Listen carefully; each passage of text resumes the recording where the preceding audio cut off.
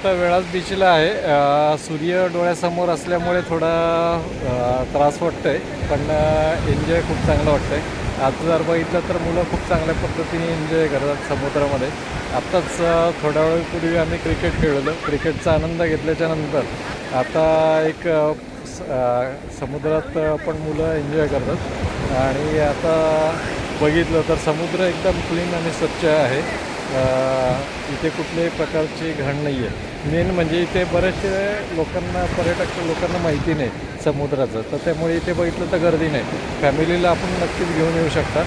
एक समुद्र जर बघितलं ना ते एकदम क्लीन पण आहे. जे पाणी येते ते एकदम स्वच्छ आहे. आणि मुलांना एन्जॉय करायला, फॅमिलीला एन्जॉय करायला हा बीच खूप चांगला आहे. तर नक्कीच प्रत्येकजण इथे येऊन आनंद घेऊ शकता. आणि अमर सर, सौरभ हेगडे सर, सौरभ हेगडे आमच्याबरोबर, यशवंतराव सर आहेत. त्यांनी पण आम्हाला पण खूप आनंद झाला या बीचवर बघायला गेलं तर आमचे ॲडव्होकेट सौरभ हेगडे यांनी ते अरेंज केली आणि आम्हाला त्यामध्ये सहभागी घेतलं, त्याबद्दल त्यांचे मनपूर्वक धन्यवाद. ओके. ॲक्च्युली काय आपण नेहमी अलिबाग वगैरे या ठिकाणी आपण येत असतो, तिथं आपण बघितलं तर पाणी पण अगदी एकदम स्वच्छ नसतो किंवा गर्दी खूप असते. हा जो बीच आहे अगदी एकदम नयनरम्य असं दृश्य असणारा बीच आहे. बिलकुल पण गर्दी नाही आणि एकदम स्वच्छ.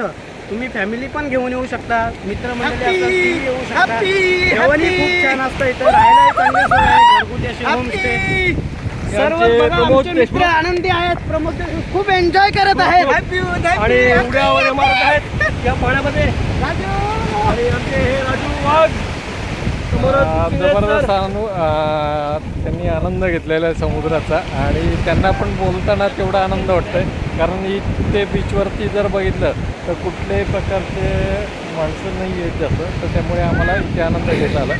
आणि मार्च आणि एप्रिल, फेब्रुवारी, मार्च, एप्रिल यामध्ये इथे कासव महोत्सव भरला जातो.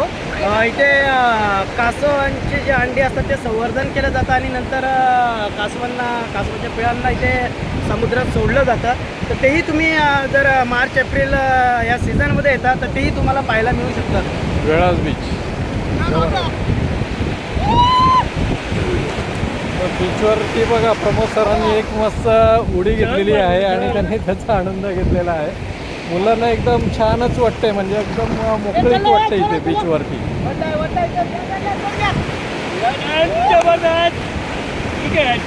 जबरदस्त जबरदस्त.